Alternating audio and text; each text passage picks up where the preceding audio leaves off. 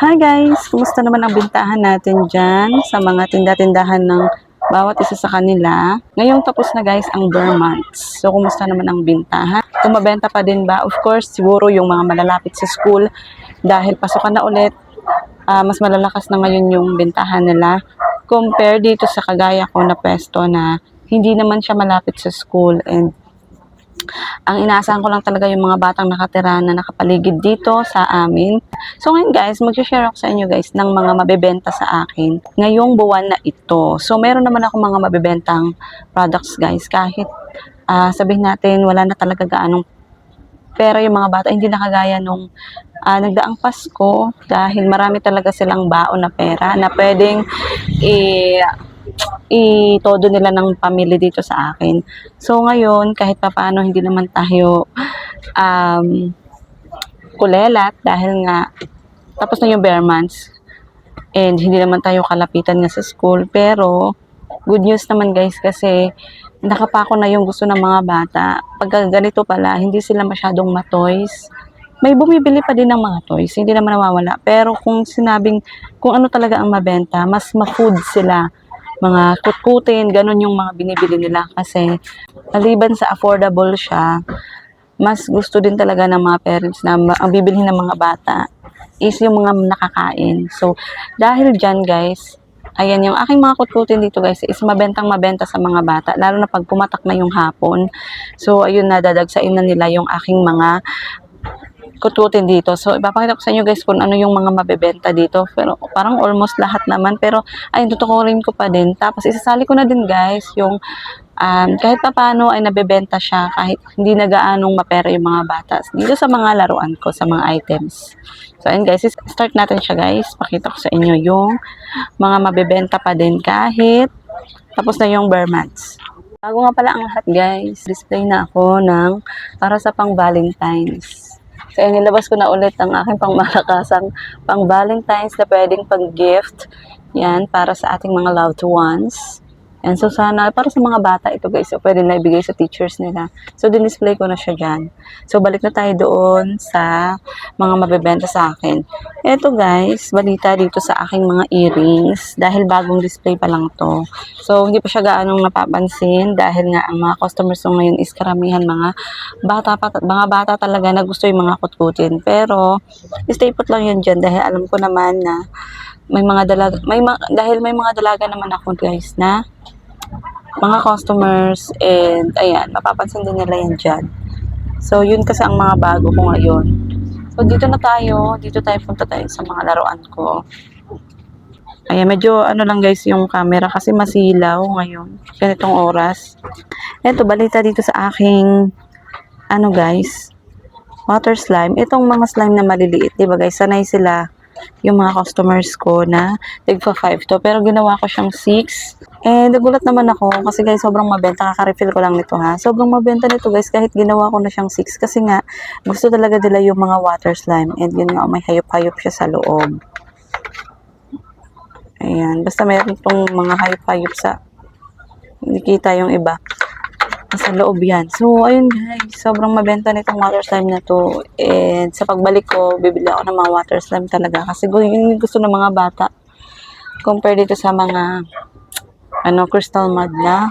Pero nabibenta pa din na ito guys. Nabibenta pa din siya. Mas malakas nga lang ito. Itong mga water slime na maliliit.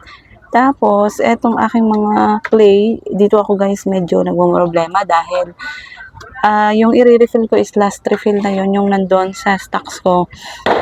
Dahil ang bilis-bilis niyang maubos talaga. Hindi ako nakakuha nung last time na bumalik ako ng Divisoria, diba? Kasi wala nga yung gusto kong stall na pinagbibilhan ko dito. Wala sila. So, ang gagawin ko ito pag naubos, dahil hindi pa ako makakabalik ng Divisoria, bibili muna ako sa Shopee. Ayan. Tapos dito sa mga fake nails, okay naman guys ang bentahan ko niyan, nabebenta sila.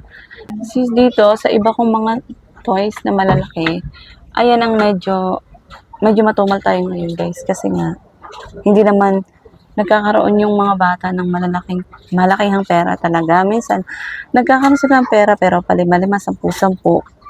Pero madalas naman paunti-unti ang bigay sa kanila ng magulang nila. Ayan. So, hindi kagaya nung may pera sila, talagang nabibili nila yung gusto nila kasi hawak nila malalaking pera. Pero, ayan, paminsan-minsan, may nabibili naman. So, dito sila tumutodo guys sa mga kutkutin. Itong iba dito, ang mga nabibenta dito is, eto, ayan, yung mga yan, balloons. Ayun, yung balloons ko guys, sumahataw din yung balloons na tigli 5. Tapos ito na nga guys. Ayan, panay ako refill. Itong aking lachaw. Yan yung mga malalakas ngayon sa akin guys.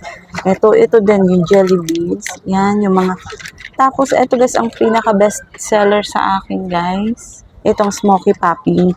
Ayan, gustong-gusto pala nila yan. Ubus na yung cola ko. Yung from Coco na brand, ubus na yun. So ito yung natira ko, yung bago. Panay na din ako refill nito. Tapos ito, ayan, halos lahat din guys nabebenta. Tapos ito guys, malakas din sa akin to. Halos lahat dyan, basta mga kutkutin, nabebenta sila. So, ayun pala ang mga gusto ng mga bata. Pag talagang mga kutkutin ngayon guys ang nabibili sa akin. Then dito din, ayan, gusto din nila to guys, ito.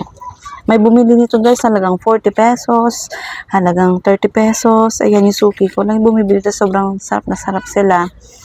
So, ayan pa yung iba nating mga kutkutin, yung mga candies. Ayan yung mga nabibenta ngayon sa akin guys, ng sobra. Everyday yan yung lagi humahataw pagpatak ng hapon. Pag ganitong oras kasi, mga anong oras pa lang, mainit pa, matulog pa siguro yung mga bata. So, hapon sila naglalabasan. So, ayan, isasuggest ko din guys na pag yung feeling nyo medyo matumal yung tinda nyo sa mga laruan, huwag kayong mawawalan guys ng mga ganito para kahit papano nabebentahan pa din tayo. Ayan, so hindi tayo magpo-focus lang sa mga toys, maglagay din tayo ng mga kutkutin para yung mga bata, pag hindi nila trip yung laruan, hindi sila pupunta sa ibang tindahan. Sa tindahan nyo pa din sila pupunta. So, kaya ayan, masilaw lang guys, hindi malinaw yung video ko. Ayan, so, kapag naubos yan, magtatambak na ulit tayo guys. So, parang, feel ko guys na sa Divisoria na ako lagi mamimili kasi, halos lahat nandun. Tapos yung price talaga guys, iba talaga yung presyuhan niya compared sa online. Yun nga lang, mag-e-effort ka talaga. Pero, ayan, sulit naman itong mga products na to. So yun guys, share ko lang naman para lang ma-inspired kayo sa pagtitinda kahit nafe-feel natin na medyo matumal siya kasi nga malayo tayo sa school tapos maliit lang naman yung space natin.